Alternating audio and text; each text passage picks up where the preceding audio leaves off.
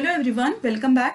आज हम लोग डिस्कस करने वाले हैं floating rate savings bond scheme के बारे में, जिसे आरबीआई ने रीलॉन्च किया है अपने पुराने बॉन्ड स्कीम को विड्रॉ करने के बाद। जो पुराने बॉन्ड स्कीम थे उसमें RBI was providing 7.75% of interest rate, ठीक है, वो भी फिक्स्ड इंटरेस्ट रेट। लेकिन जो रीलॉन्च है इसमें RBI is providing like 7.15% of per annum interest rate, लेकिन this interest rate is floating rate, ठीक है। तो हम आगे बात करते हैं इसके बारे में, what it is all about. तो देखिए, the basic difference between floating and fixed is something which is like constant through out and floating is something which can be change. Okay, तो यही फंडामेंटल अप्लाई होता है आपके इस scheme में। इस स्कीम में जो इंटरेस्ट रेट है it will B reset after every 6 months. इस जो स्कीम का प्रपोजल है इट इज फ्रॉम 1 जुलाई 2020, तो 1 जनवरी 2021 को जो रेट ऑफ इंटरेस्ट है it will B revised. Okay, बात करें इसमें इन्वेस्टमेंट की, तो anyone can invest in that.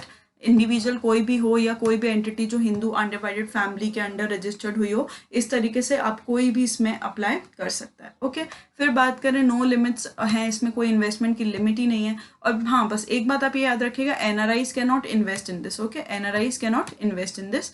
बात करें अगर इसमें इन्वेस्टमेंट लिमिट की, तो देयर इज नो लिमिट, पर हाँ minimum limit there is like 1000 rupees is the minimum limit and maximum if you want to invest how much it is up to you, ठीक है। But if you are investing in cash, अगर आपको cash में invest करना है then there is a limit which is 20,000 rupees. Otherwise कोई कितना भी कैश अपना एक्सचेंज करवा सकता है, लाइक ब्लैक मनी को कितना भी पैसा मैं इन्वेस्ट करके वाइट बना सकती हूँ इस तरीके से। तो इसलिए there are restrictions on cash investment. Okay, बात करें रिडम्पशन की, यानी कि जब ये मैच्योर होंगे, तो आप याद रखिए it is like 7 years. Okay, 7 years आपका इसका रिडम्पशन है। आपने पैसे लगाए, आप 7 ईयर्स के लिए जस्ट फॉरगेट इट। लेकिन हाँ, there are certain relaxation in certain conditions. कुछ कंडीशंस प्रोवाइड की गई हैं जिसमें जो senior citizen and they can withdraw in certain conditions, याद रखिएगा। And only relaxation are provided to senior citizen, यानी ऑल 60+ पीपल, इनको कुछ केसेस में रिलैक्सेशन प्रोवाइड किए गए हैं। बात करें इन्वेस्टमेंट फॉर्म की, तो it is all electronic through your bank, SBI, IDBI, Axis, ये सब बैंक्स के through you can get your money invested. फिर बात करें what you are earning from this. मान लीजिए कि मैंने इस स्कीम में लगाए थे अपने 5 लाख रुपए फॉर एग्जाम्पल, और now I am earning 50,000 as interest. मैंने इसमें 50,000 रुपए का इंटरेस्ट साल में कमाया है। तो दिस 50,000 इंटरेस्ट, दिस 50,000 रुपीज मेरा जो रिटर्न है दिस विल बी टैक्सेबल। याद रखिएगा ये बात, ये जो आपका रिटर्न होगा ये टैक्सेबल होगा। लेकिन कुछ कंडीशंस में you can get yourself exempted from paying tax, from paying any tax over it. जैसे कि अगर आप हाउसवाइफ हैं या इस तरीके से that you are not working, या आपकी सैलरी जो है वो टैक्स ब्रैकेट में फॉल ही नहीं करती, अगर आप किसी टैक्स ब्रैकेट में आते ही नहीं है, तो obviously you can get your self exempted. Like we fill this 15G 15H forms such that, तो आप अपने आप को इससे एग्जम्प्ट भी करा सकते हैं। उसके बाद ये जो आपके इंस्ट्रूमेंट्स है, बॉन्ड्स हैं, they can not B traded in secondary market. याद रखिएगा, आप इसको किसी और को बेच नहीं सकते हैं। आरबीआई ने तो आपको इशू कर ही दिया है, प्राइमरी इशूअर आरबीआई है इसका, आरबीआई इसको इशू करेगा ऑन गवर्नमेंट्स बिहाफ, ठीक है। और लेकिन secondary market is you can not transfer it to any one except to your nominee, ठीक है। आप किसी को बेच नहीं सकते, आप किसी को ट्रांसफर नहीं कर सकते सिवाय उसके जिसको आपने इसमें नॉमिनी बनाया हो। तो ये आपको एक सुविधा प्रदान की गई है to get your self a nominee. Okay, फिर याद रखिएगा these bonds can not be used as a collateral. Collateral की बात हमने काफ़ी बार अपने वीडियोस में किया है। इट इज़ समथिंग जिसके बदले में आप कुछ लोन्स ले सकें, जैसे हम कुछ गिरवी रखते हैं, लाइक दैट। तो you can not use all these bonds की लो भाई इसको रख लो, ठीक है।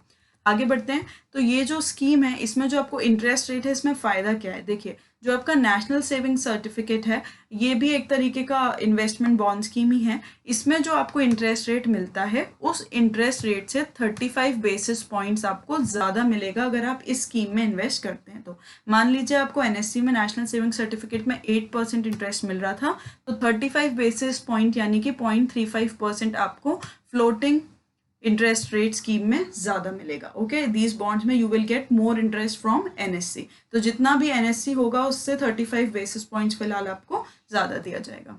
दूसरी बात, और some few more things are like कि दिस जो भी आपका इंटरेस्ट रेट होगा इट विल बी, मतलब 6 मंथ्स में आपको ये दिया जाएगा। Okay, you can not have it as cumulative, 6 months में you will be provided with that.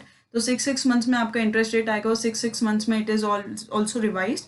बात करते हैं फिर अब इसमें इन्वेस्ट करना चाहिए या नहीं, शुड बी इन्वेस्ट और नॉट। तो सबसे बेसिक बातें जब आप इन्वेस्टमेंट करते हैं जो आप देखते हैं वो इट इज़ टेन्योर, यानी कि पैसा कितने समय के लिए आपका फंस रहा है। तो ये जो आपकी स्कीम है इसमें तो ये नो लिक्विडिटी इज प्रोवाइडेड, यानी कि आपके पैसे एक बार फिक्स हो गए 7 ईयर्स के लिए तो फिक्स ही हैं, ठीक है, you can not withdraw it, only certain conditions are provided and that is also for only senior citizen.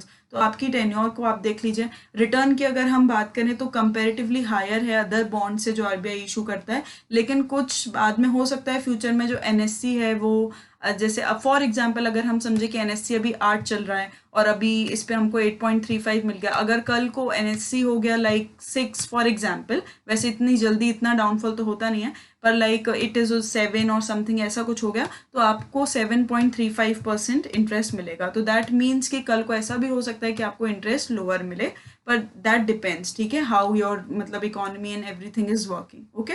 तो लेकिन कुछ कंडीशंस में the rate of interest is comparatively higher.